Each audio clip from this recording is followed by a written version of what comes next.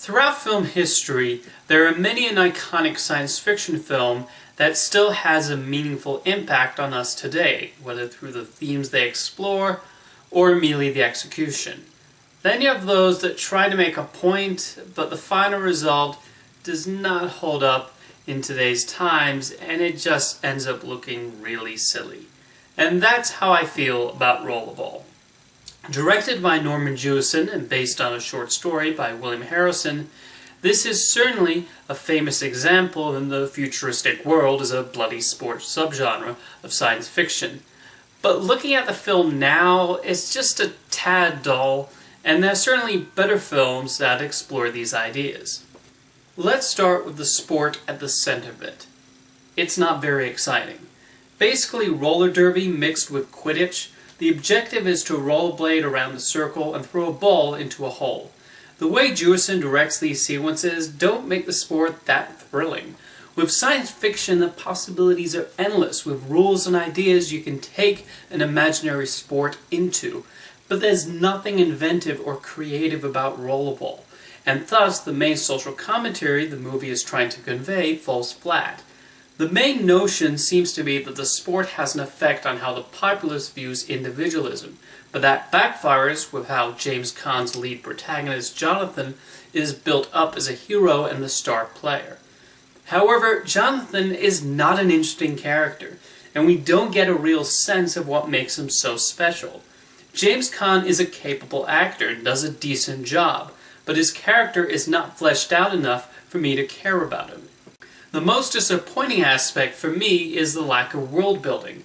Throughout the film they bring up an event called the Corporate Wars, about how the corporations took over governments, and that's how we get the society featured in the movie. It's mostly referred to but never delved deeply into, and I personally think that makes for a far more interesting movie than Rollerball. I would not mind seeing a film that dug into the corporate wars and what those are, because the film gives us little information. The movie even implies that almost all historical documents have been locked up or even wiped out, and that's a fascinating concept, but the script barely explores it. For a film set in the near future, Rollerball has a clearly 1970s aesthetic to it.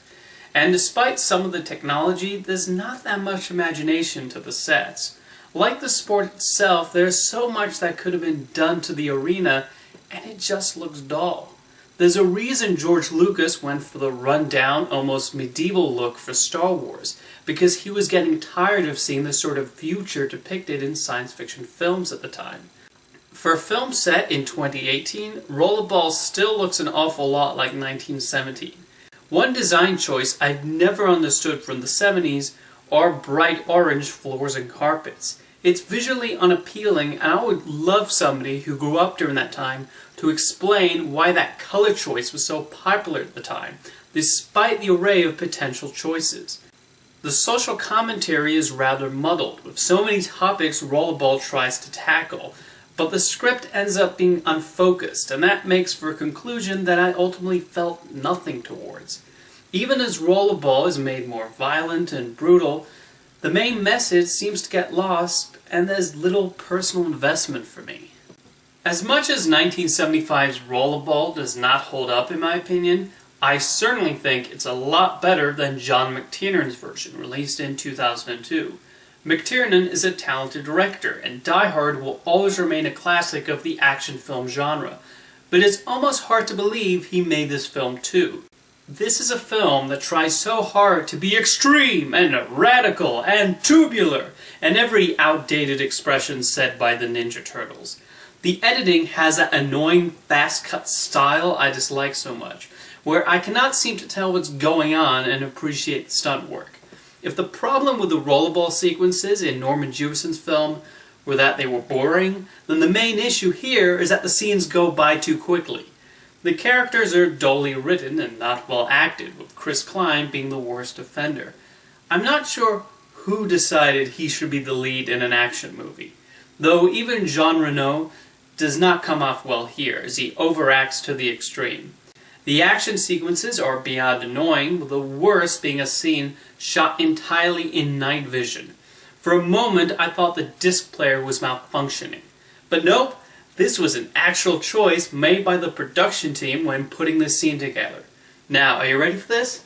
This is the sound effect used when they crash through a gate. That's not a joke. That's an actual sound effect picked for that moment. Can we play it again? I'm sorry. Am I watching a serious action movie or a Hanna-Barbera cartoon? Combine all those problems with a ridiculous plot that does not make a whole lot of sense, and you have what might be one of the worst action films I've ever seen. There was so much room to improve on the '75 film, but this was a disorienting and ridiculously stupid movie that's not even enjoyable to make fun of. I feel there's a great social commentary and inventive science fiction film within the Rollerball concept. However, both attempts have been dull and uncreative with how they dig into it. Maybe one of these days, somebody will crack the code. Sadly, the 1975 film does not hold up, and the 2002 version was just stupid. But what both certainly have in common are what missed opportunities they are. See you next time.